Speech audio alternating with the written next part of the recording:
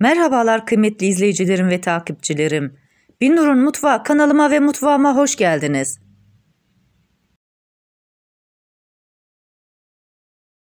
Bugün sizlere çocuklarınızın bayıla bayıla yiyeceği çok yumuşak, çok lezzetli Nutellalı poğaça tarifim var.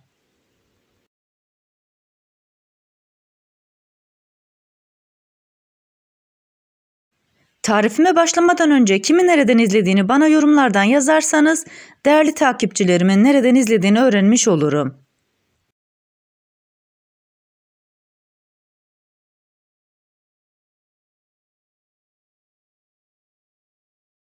Sizleri daha fazla bekletmeden bu lezzetli poğaça tarifine geçiyorum. Herkese iyi seyirler. İlk olarak hamurunu yoğurmakla başlıyoruz. Yoğurma kabının içerisine 1 su bardağı ılık süt,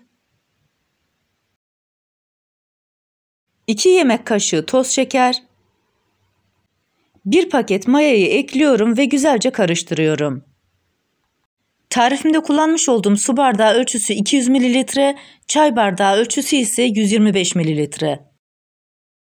Tarifimde 2 adet yumurta kullandım. Yumurtanın bir tanesinin sarısını alıyorum, diğerlerini yoğurma kabının içerisine koyuyorum.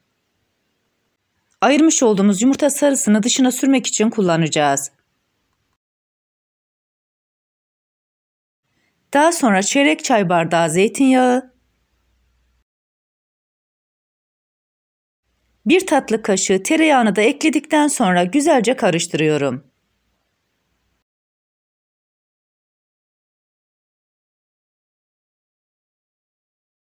Tarifimde 5 su bardağı un kullandım. Unumuzu azar azar kontrollü bir şekilde ekliyoruz.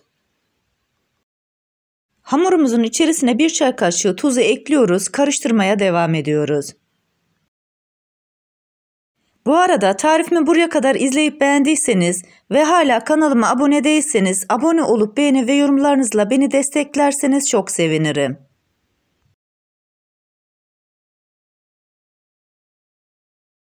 Kalan unumuzu da ekliyoruz, spatulayı hamurun içerisinden çıkartıyoruz.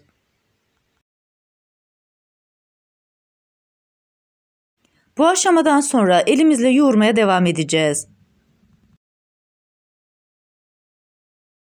4 dakika boyunca özlü bir hamur elde edinceye kadar hamurumuzu yoğuruyoruz. 4 dakikanın sonunda özlü bir hamur elde ettik.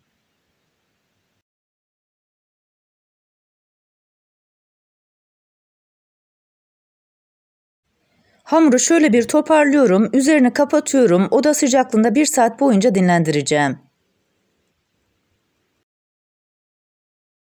1 saatin sonunda oldukça güzel bir şekilde kabarmış.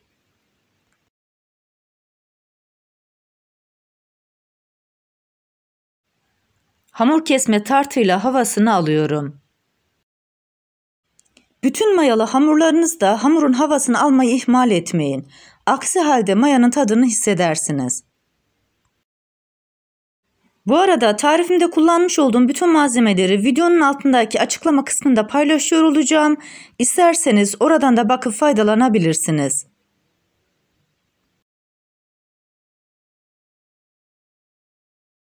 Havasını almış olduğum hamuru tezgahın üzerine alıyorum.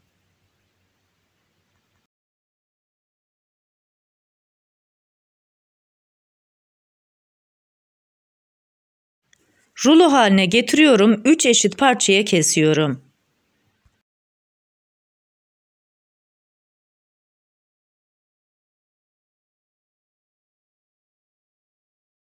Kesmiş olduğum parçanın bir tanesini alıp onu da rulo haline getiriyorum. Onu da 4 eşit parçaya kesiyorum. Daha sonra beze haline getiriyorum. Hamuru bu şekilde yaptığımız zaman poğaçalarımızın hepsinin büyüklüğü aynı ölçüde oluyor.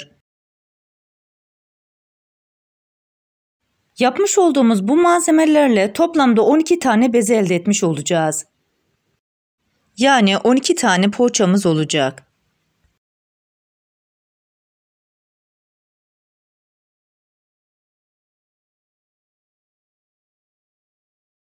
Diğer parçalara da aynı şekilde rulo haline getiriyorum. 4'e böldükten sonra beze haline getiriyorum.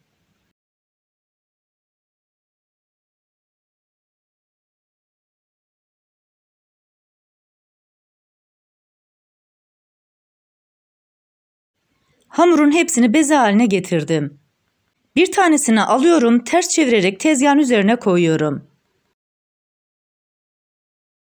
Daha sonra çay tabağı büyüklüğüne gelinceye kadar parmaklarımla açıyorum. Tam ortasına bir tatlı kaşığı Nutella'yı koyuyorum.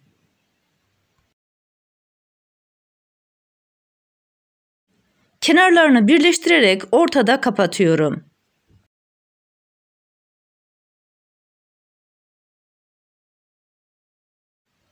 Daha sonra parmaklarımla güzelce sıkıştırıyorum.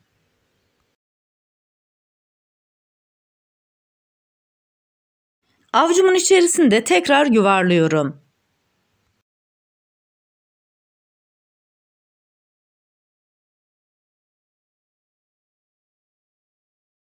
Birinci poğaçamız hazır. Yağlı kağıt sermiş olduğum fırın tepsisine koyuyorum. İsterseniz poğaçalarınızı tek tek yapabilirsiniz. Ya da hepsini açıp içerisine Nutella koyarak kapatabilirsiniz. Hangi aşama sizin için kolayınıza geliyorsa o şekilde yapın.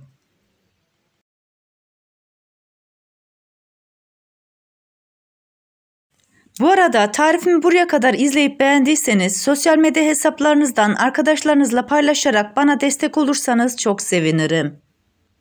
Ayrıca kanalımda birbirinden güzel diğer tariflerim var. Onlara da göz atmayı sakın unutmayın.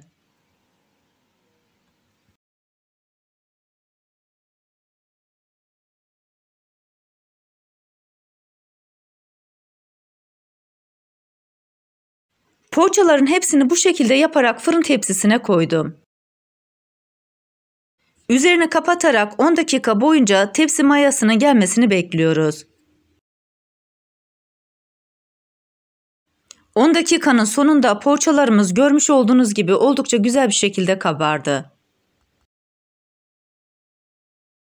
Bir adet yumurta sarısını ayırmıştık, onu güzelce çırpıyorum. Daha sonra poğaçaların üzerine sürüyorum. Fırınımızı da 180 derece alt üst ayara açtık, poğaçalarımızı sıcak fırına koyacağız.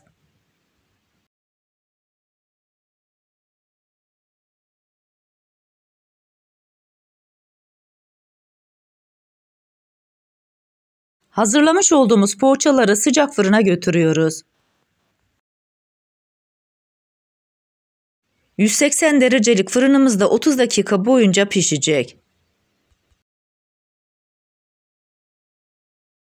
30 dakikanın sonunda güzel bir şekilde pişti. Sizler yine de kontrollü bir şekilde pişirin.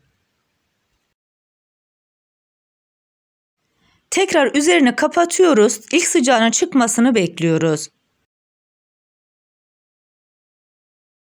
Poğaçalarımız soğudu. Artık sizler için servise hazırlıyorum. Gerçekten çok lezzetli, yumuşacık poğaçalarımız oldu.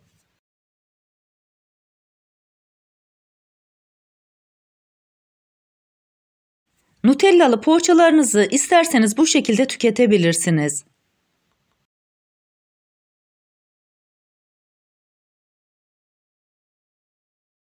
Ya da benim yaptığım gibi üzerine pudra şekeri serpiştirebilirsiniz. Tarifimdeki tüm püf noktaları detaylı bir şekilde sizlere anlatmaya çalıştım. Ancak yine de aklınıza takılan bir kısım olursa bana yorumlardan yazabilirsiniz. Oradan da elimden geldiğince sizlere dönmeye çalışıyorum. Bu lezzetli poğaça tarifimi yapıp deneyecek olan herkese şimdiden afiyet olsun. Bir tarifimizin daha sonuna geldik. Videomu izlediğiniz için teşekkür ederim. Bana destek olmak için tarifimi beğendiyseniz beğenmeyi, abone değilseniz abone olmayı, yeni tariflerimi izlemek için bildirim zilini açmayı, tariflerimi sevdiklerinizle paylaşmayı unutmayın. Her şeyin gönlünüzce olması dileğiyle hoşça kalın, afiyetle kalın, Allah'a emanet olun.